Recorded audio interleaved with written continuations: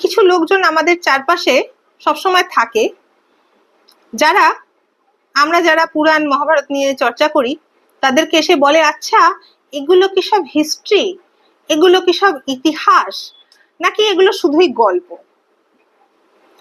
এবার তখন না, আগে বেশ রাগ হতো জানেন, এখন বয়স হচ্ছে তো, ফলে এখন আর রাগটা হয় না, কিন্তু জবাব একটা দিতে হয়। আপনারাও যারা মহাভারত পুরাণের কাহিনীতে ইন্টারেস্টেড, আপনাদেরও চারপাশে যারা এই ধরনের আলোচনা করে, তারা যখন এই আলোচনাটা করে একদম চিন্তায় পড়বেন না। এমন ভাবে তারা এই কথাটা, ইতিহাস শব্দটা বলে, যেন আমাদের এখানে এই মোটামুটি সুলতানি আমল বা মোগল শাসনের যে ইতিহাসের কথা ইতিহাস বইতে থাকে, এই ইতিহাসগুলো মানে এই শব্দ এই এই পিরিয়ড গুলো না এলে ইতিহাস শব্দটা আবিষ্কারই হতো না। বা কংগ্রেসের যে প্রতিষ্ঠা এবং কংগ্রেসের যে রাজনৈতিক যাত্রা, তার সেসব যে ইতিহাস বইতে আমাদের পড়ানো হতো, সেই সময়কাল থেকেই ইতিহাস শব্দটা আবিষ্কার হয়ে থাকবে। এরা মানে প্রশ্নটা যখন করেন বোধহয় এরকম কিছু ভেবেই বলেন, কারণ আজকাল অনেক প্রখ্যাত হিস্টোরিয়ান আমি দেখছি, যারা মোটামুটি হিস্টোরিয়ান এই জন্যই যে তারা ওই ধরুন আজ থেকে 100 বছর, 50 বছর বা 150 বছরের ইতিহাস নিয়ে কাজ করে তার বিশেষজ্ঞ, এবং কাজেই তারা নিশ্চিন্তে আমাদের প্রাচীন ভারতীয় যা কিছু আছে তাকে এগুলো কি হিস্ট্রি, এগুলো কি ইতিহাস বলে একটা প্রশ্ন তুলে দেন।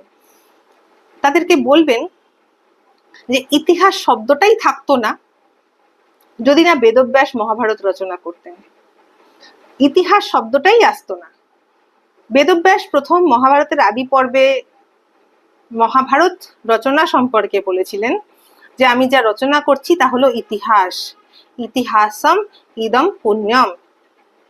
এবং এই ইতিহাস শব্দটাকে যদি সংস্কৃত শব্দ হিসেবে, মানে ইতিহাস একটা সংস্কৃত শব্দ, এবং সেটাকে যদি ভাঙা হয় তাহলে ব্যাপারটা এরকম দাঁড়াবে যে ইতি হ আস, আস শব্দটা অস ধাতু থেকে আসে। অস ধাতু মানে হচ্ছে, অস ধাতু থেকে যে শব্দটা সংস্কৃতে আরেকটা হয় সেটা হচ্ছে অস্থি। অস্থি মানে যা কিছু আছে। ইতি হ আস মানে যা কিছু আমাদের মধ্যে ঘটে গেছে, যা কিছু পূর্বকালে ঘটেছে তার যে বিবরণ আমরা দিচ্ছি তাই হচ্ছে ইতিহাস। এই শব্দটাই কিন্তু মহাভারত থেকে আসছে।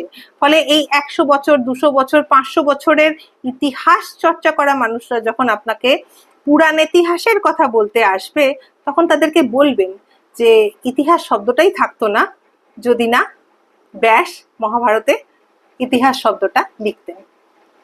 ধন্যবাদ।